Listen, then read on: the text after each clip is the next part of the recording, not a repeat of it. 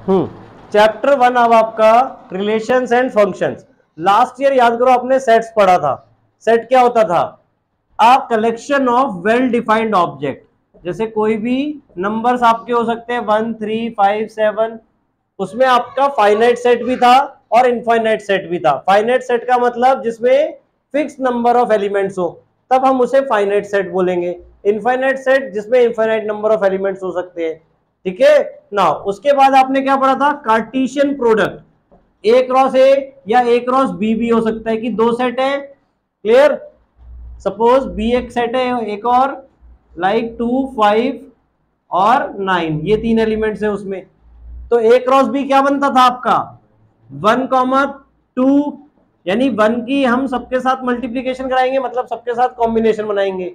1,5 1,9 3,2 3,5 3,9, ऐसे करते करते आपके 4 इंटू 3 12 एलिमेंट्स बन जाएंगे। ये अब एक पूरा एलिमेंट है आपका। क्लियर? कार्टेशियन प्रोडक्ट क्लियर है ये। अगर हम ए इंटू ए कर रहे हैं तो क्या करेंगे? ए को ए से ही मल्टीप्लाई कराना है आपको। तो कितने कार्टेशियन एलिमेंट्स आ जाएंगे आपके? 4 4 जा 16 एलिमेंट्स। यहां तक क्लियर हुआ कार्टेशियन प्रोडक्ट।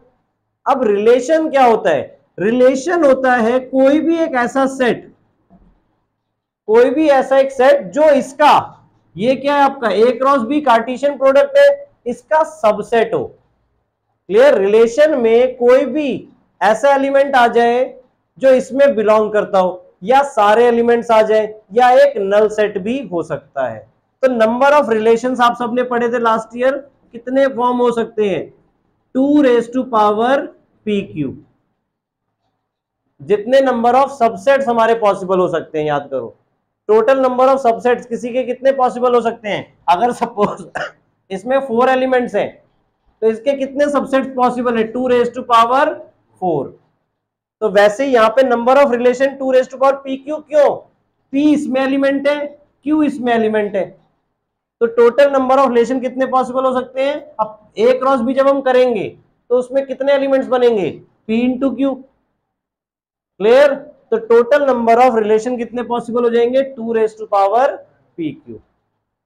क्लियर हुआ? यानी रिलेशन क्या है? एक ऐसा सबसेट या एक ऐसा सेट जिसमें या तो इनके कोई एलिमेंट्स आ रहे हैं, या सारे ही एलिमेंट्स आ रहे हैं, या कोई भी नहीं एलिमेंट आ रहा है। मतलब एक नल सेट भी एक सबसेट कहलाता है। क्लियर हुआ ये पॉइंट कि रिलेशन बेसिकली है क्या? क्लियर? हम वहां पे कोई भी कंडीशन डाल दें कि सपोज हमने एक रिलेशन डिफाइन कर दिया कि x, y ऐसा वाला लेना है where x equals to y। तो अब बताओ, अगर हम a क्रॉस a में कर रहे हैं या a क्रॉस b में कर रहे हैं तो एलिमेंट्स कौन से आएंगे इसमें? अब इसमें एलिमेंट्स कौन से आ जाएंगे हमारे? हमें क्या देखना है? ऐसे एलिमेंट का सेट लेना है, ठीक है, जिसमें x इक्वल्स टू y है। तो अब जैसे यहां पर अगर हम देखो a टू b भी बना रहे थे तो एक 5,5 बनेगा। क्लियर? तो इसमें 5,5 आ जाएगा एक। और कोई देखो सेम बन पाएगा? नहीं। क्लियर? अगर हम ए क्रॉस बी वाले में ढूंढ रहे हैं तो ये मिल जाएगा हमें। अगर ए क्रॉस ए वाले में ढूंढ रहे हैं तो हमें कौन कौन मिल जाएंगे?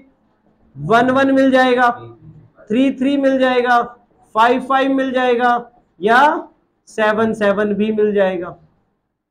क्लियर? आया समझ में? तो कोई भी रिलेशन किसके ऊपर डिपेंड करता है? हमारी इस कंडीशन के ऊपर। क्लियर? यहां पर हम x ग्रेटर देन y भी बोल सकते थे, तो जहां पे x ग्रेटर देन y वाला होता वो वाले एलिमेंट्स हमारे इसमें रिलेशन में आ जाते। क्लियर? बट ये सारे एलिमेंट्स कहां से बिलोंग करेंगे? इस यूनिवर्सल सेट से, इसके पावर सेट से एक तरीके से। क्लियर हो गया रिलेशन का मतलब? अब आपका types of relations. Types of relations क्या क्या हो सकते हैं? देखो, पहला तो आपका एम्प्टी रिलेशन। एम्प्टी रिलेशन कब बोलेंगे हम? जब उसके अंदर कोई भी एलिमेंट नहीं आ रहे होंगे। क्लियर? यानी अब ऐसा रिलेशन है सपोज आपका जो एम्प्टी है। एम्प्टी मतलब हमने कोई एक ऐसी कंडीशन दे दी, ठीक है, कि उसमें कोई भी एलिमेंट बिलोंग नहीं कर रहा है। क्लियर? ए क्रॉस ए से R equals to a cross a में हम देख रहे हैं, बट हमने कोई एक ऐसी कंडीशन लिख दी वहां पे जो उसके अंदर कोई भी एलिमेंट रिलेट नहीं कर रहा है, तब आपका क्या हो जाएगा, एम्प्टी रिलेशन बन जाएगा, मतलब कोई भी एलिमेंट जब उसके अंदर नहीं आ रहा है। Second condition universal relation. Universal relation मतलब जब सारे एलिमेंट्स आपके ए क्रॉस ए में जितने भी एलिमेंट हैं, अगर वो सारे उस रिलेशन के अंदर आ जाए, तब हम उसको यूनिवर्सल रिलेशन बोलेंगे। एग्जाम्पल कोई भी कंडीशन ले लो, जैसे आप सपोज ए सेट हमारा 1,2 है, क्लियर। अब यहां पे हमने ए क्रॉस ए में ये कंडीशन डाल दी कि x, y का हमें ग्रुप बनाना है where x equals to y plus 5। तो क्या कोई नंबर अब आ रहा है, देखो अब इसमें क्या क्या पॉसिबिलिटी है ए क्रॉस ए में। ए क्रॉस ए में आपकी पॉसिबिलिटी बनेगी 1,1, 1,2, 2,1 और 2,2। अब कोई भी ऐसी कंडीशन नहीं है जहां पर x y प्लस 5 हो, क्लियर। तो ये एम्प्टी रिलेशन हो गया, ठीक है। और इसमें हमने क्या बोल दिया, suppose x, y where x and y are integers, suppose, तो सारी आ जाएंगे इसमें क्योंकि सारे ही इंटीजर्स की फॉर्म में है, क्लियर। तो ये यूनिवर्सल रिलेशन होगा, मतलब कुछ भी रिलेशन हम ऐसे कंबाइन बना सकते हैं, क्लियर। नाउ थर्ड, और हमें बनाने भी नहीं, मतलब हमें गिवन होंगे, हम उसके अकॉर्डिंग काम करना होगा। नाउ थर्ड आपका बेटा, अब 3 टाइप के relation, reflexive, symmetric and transitive, इन तीनों को एक साथ डिफाइन किया गया। ध्यान से देखो, रिफ्लेक्सिव का मतलब क्या है, अगर सपोज किसी रिलेशन में a, बिलोंग कर रहा है सारे एलिमेंट्स के लिए, a, के लिए मतलब कि 1,1।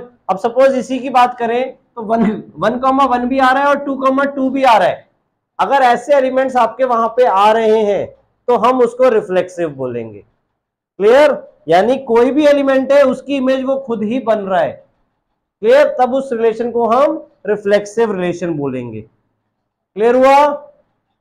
सिमेट्रिक कब बोलेंगे, अब सपोज रिलेशन में a, b आ रहा है पहले से, a, b बिलोंग कर रहा है सपोज आपका रिलेशन से, अगर वहां पे इफ b, a भी बिलोंग करे r से, तो हम उसको सिमेट्रिक बोलेंगे। a, b आ रहा है और साथ में हमें b, a भी वहां पे दिखने लगे, क्लियर, या विजिबल है। अगर जैसे भी इसमें बात करें 1,2 आ रहा है, 2,1 भी आ रहा है, तो ये सिमेट्रिक रिलेशन हो जाएगा, क्लियर। ट्रांजिटिव कब होगा, अगर सपोज a, b बिलोंग कर रहा है r से, और एक और रिलेशन है that is b, c belong कर रहा है r से, वो भी मतलब a, b और b, c दोनों रिलेशन में आ रहे हैं। सपोज इसका एग्जांपल और बड़ा कर लेते हैं, एक लाइक 3 भी है, तो यहाँ पे 1,3, 2,3, ठीक है, 3,1, 3,2 ये भी सब बनेंगे आपके, इवन 3,3 भी बनेगा, क्लियर। ये टोटल 9 एलिमेंट्स हो जाएंगे आपके वहां पे, क्लियर। तो a, b यानी कि 1,2 आ रहा है और 2,3 भी आ रहा है, क्लियर। तब हमें चेक करना है कि a, c आ रहा है कि नहीं आ रहा है, और अगर इफ, देखो ये कंडीशन हमें चेक करनी है बेटा, इफ a, c अगर रिलेशन में आ रहा है तो ये ट्रांजिटिव हो जाएगा, क्लियर हुआ पॉइंट। अगर a, b, b, c पहले से आ रहे हैं तो हमें a, c चेक करना है। अब इस एग्जांपल के थ्रू देखो, 1,2 आ रहा है, 2,3 आ रहा है, अब अगर 1,3 भी आ रहा होगा तो वो ट्रांजिटिव हो जाएगा, तो 1,3 है तो ये ट्रांजिटिव रिलेशन है, क्लियर हुआ। अब सपोज कि कोई ऐसा रिलेशन बना हुआ है हमारा जिसमें हम इन दोनों को देख ही नहीं पा रहे, मतलब a, b और b, c बन ही नहीं रहा है वहां पे, तो हम चेक करने तो जा ही नहीं सकते पहली बात। और अगर उसमें a, b, b, c नहीं बन रहा है तो हम उसे ट्रांजिटिव मानेंगे ऑटोमेटिकली, क्योंकि हम उसे चेक भी नहीं कर सकते। ये पॉइंट क्लियर हुआ। देखो रिफ्लेक्सिव के लिए a, a होना जरूरी था, सिमेट्रिक के लिए a, b है तो b, a होना जरूरी है, अगर नहीं है तो सिमेट्रिक नहीं है, क्लियर। बट ट्रांजिटिव में अगर ये दोनों होंगे तभी आप चेक कर सकते हो, तभी आप चेक करके ये देखोगे ए कॉमा सी है या नहीं। अगर ए कॉमा सी नहीं है तो ट्रांजिटिव नहीं है। बट अगर ये दोनों पहले से ही नहीं है वहां पे तो आप चेक भी नहीं कर पा रहे हो। तो अगर चेक नहीं कर पा रहे हो तो हम उसे ऑटोमेटिकली ट्रांजिटिव रिलेशन बोलेंगे। और अगर कोई रिलेशन ये तीनों ही है कि उसके अंदर आपको रिफ्लेक्सिव भी मिल गया, सिमेट्रिक भी मिल गया और ट्रांजिटिव भी मिल गया, तब हम उसको क्या बोलेंगे? Equivalence relation. क्लियर? अगर वो तीनों है तो उसे क्या बोलेंगे? Equivalence relation. क्लियर? और अब इसमें दो चीजें बेटा, जब आपको ये प्रूफ करना है कि ये है तो कोई भी आपको वेरिएबल लेके दिखाना पड़ेगा कि सारे यहां पे एग्जिस्ट कर रहे हैं। और अगर आपको डिस्प्रूव करना है कि ये रिफ्लेक्सिव नहीं है तो कोई भी एग्जांपल दे दो कि ये वाला एलिमेंट इस सेट से बिलोंग नहीं करता है, दैट्स व्हाई ये रिफ्लेक्सिव नहीं है या सिमेट्रिक नहीं है या ट्रांजिटिव नहीं है। क्लियर?